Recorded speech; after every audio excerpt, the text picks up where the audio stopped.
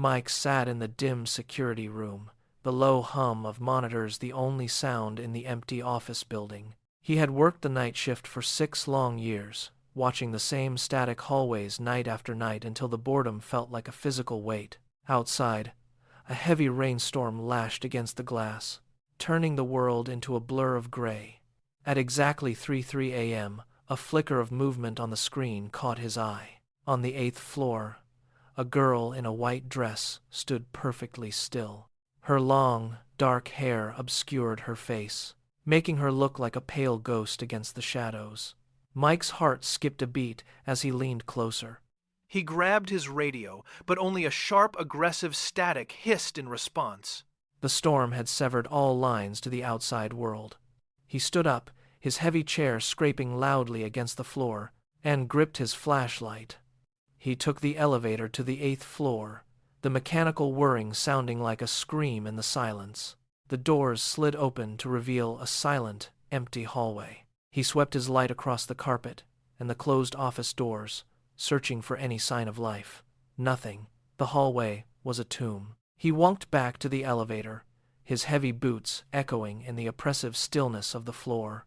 When he returned to the security room, he froze. The girl was back on the monitor, standing in the exact same spot as before. She was staring directly into the lens, as if she could see him through the glass. Mike leaned in, his hands pressed against the cold, vibrating glass of the screen. Slowly, the girl tilted her head up. Her eyes were not eyes at all, but voids of pure, bottomless black.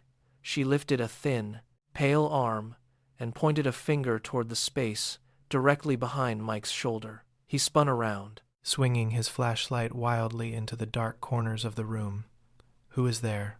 he whispered. But there was nothing but empty chairs and cold, indifferent walls. He whipped back to the monitor, but the screen was a dead, hollow blank.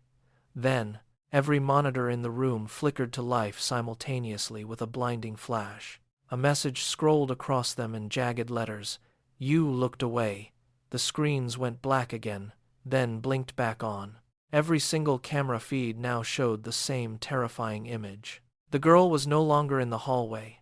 She was standing inside the security room, just inches from the lens. Her pale, distorted face filled every screen in the room. Another message appeared, burning into his retinas. Now it is your turn to watch. The air in the room turned ice cold. The next morning, the day shift found the security room door unlocked. Mike was gone. His coffee cup sat on the desk, still half full and cold. There was no sign of a struggle, no footprints, and no footage of him ever leaving the building. He had simply vanished into the static. Now, the new guards on the night shift avoid looking at Camera 8B. They know the story. They know that if you stare at the screen for too long, the girl in the white dress will appear, and if she points behind you, whatever you do, do not turn around, because once you look away, the watching begins.